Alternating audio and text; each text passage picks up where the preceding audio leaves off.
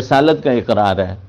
دوسری اہم چیز، دوسری بنیاد اسلام کی عمارت میں وہ نماز ہے۔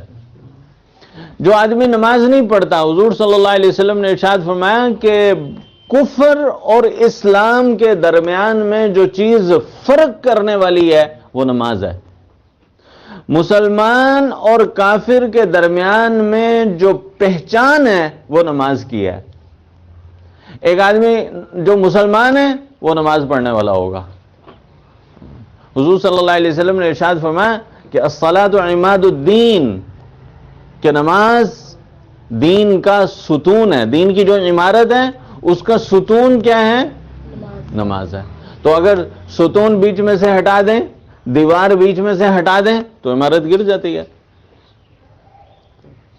تو نماز بہت بڑی چیز ہے۔ اس لیے حضور اقدس صلی اللہ علیہ وسلم کا ایک جگہ ارشاد ہے کہ بہت بڑا ظلم ہے اور بہت بڑا کفر ہے اور بہت بڑا نفاق ہے۔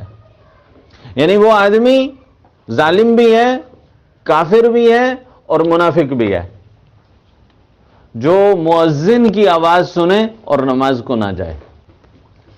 مؤذن کی آواز سنے اور نماز کو نہ جائے، وہ آدمی ظالم بھی ہے، کافر بھی ہے اور منافق بھی ہے۔ حضور اقدس صلی اللہ علیہ وسلم نے ارشاد فرمایا کہ سراسر ظلم ہے، کفر ہے، نفاق ہے اس شخص کا فعل، یعنی یہ جو فعل ہے، یہ جو کام ہے، یہ جو حرکت ہے، یہ کافروں والی حرکت ہے کہ مؤذن کی آواز سنتا ہے اور نماز کو نہیں جاتا۔ مسلمانوں والا کام نہیں ہے۔ مسلمان سے یہ نہیں ہو سکتا کہ وہ اذان کی آواز سنے، حی علی الصلاۃ، حی علی الصلاۃ، آؤ نماز کی طرف، آؤ نماز کی طرف، یہ سنے اور وہ نماز کو نہ جائے۔ تو مسلمان کے لیے یہ بنیادی چیز ہے نماز۔ حضور صلی اللہ علیہ وسلم کا ارشاد دوبارہ میں بتا رہا ہوں، حضور صلی اللہ علیہ وسلم نے فرمایا کہ کفر اور اسلام کے درمیان میں فرق کرنے والی چیز نماز ہے۔ اور ایک روایت میں حضور صلی اللہ علیہ وسلم نے ارشاد فرمایا کہ نماز کی اہمیت اور نماز کی جو امپورٹنس ہے وہ دین کے اندر ایسے ہے جیسے انسان کے پورے بدن میں اس کا سر ہوتا ہے۔ اگر کسی آدمی کا ہاتھ کٹ جائے، خدا نہ خواستہ کسی آدمی کی انگلی کٹ جائے، کسی آدمی کا ہاتھ کٹ جائے، کسی بیماری کی وجہ سے کسی آدمی کی بازو کٹ جائے، تو ہم کہتے ہیں کہ بھائی وہ کہیں گے یہ عبد الوہاب ہی ہے۔ اگر کسی آدمی کے پاؤں کٹ جائے تو ہم عبد الوہاب ہی کہیں گے، اس شخص کا نام ہی لیں گے۔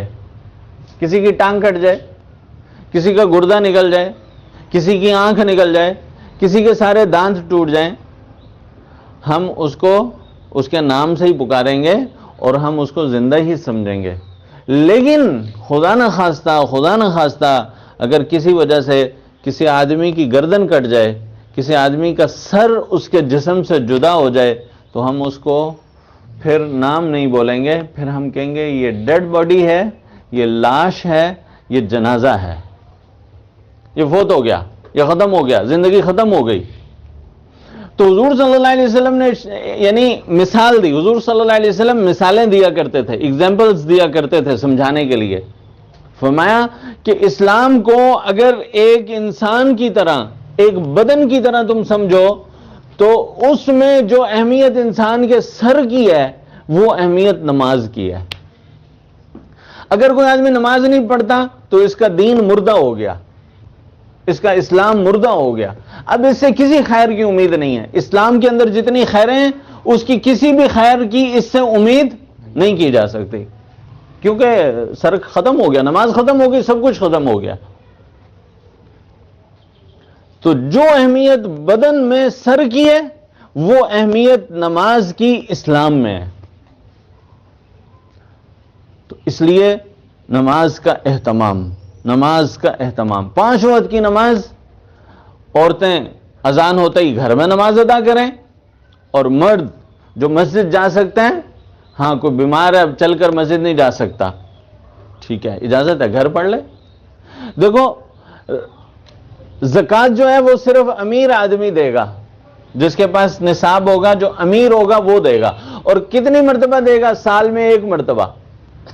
1 لاکھ روپیہ کسی کے پاس ہے تو 1 لاکھ میں سے وہ 2500 روپیہ زکوٰۃ دے گا سال میں 1 دفعہ. اچھا، روزے سال میں صرف 1 ماہ، حج زندگی میں صرف 1 مرتبہ، اور نماز دن میں 5 مرتبہ. یہ کتنا بڑا حکم ہے. نماز دن میں 5 مرتبہ پڑھنی ہے. اچھا، جو آدمی بیت اللہ نہیں پہنچ سکتا، حج معاف ہے. جس آدمی کے پاس پیسے نہیں ہیں، زکوٰۃ معاف ہے.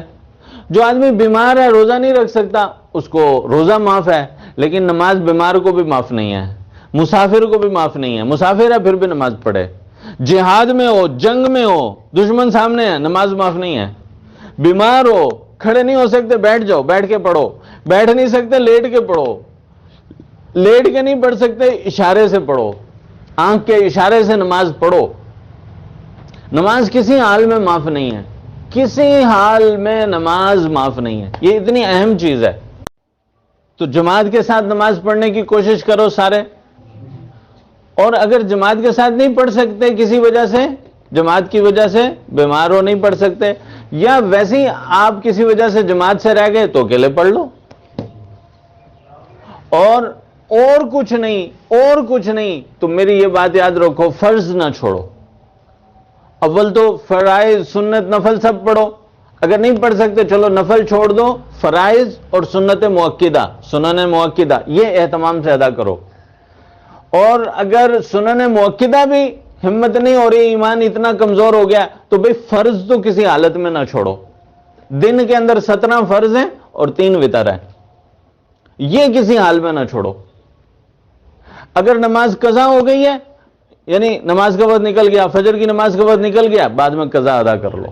تبارك الذي نزل الفرقان على عبده ليكون للعالمين نذيرا.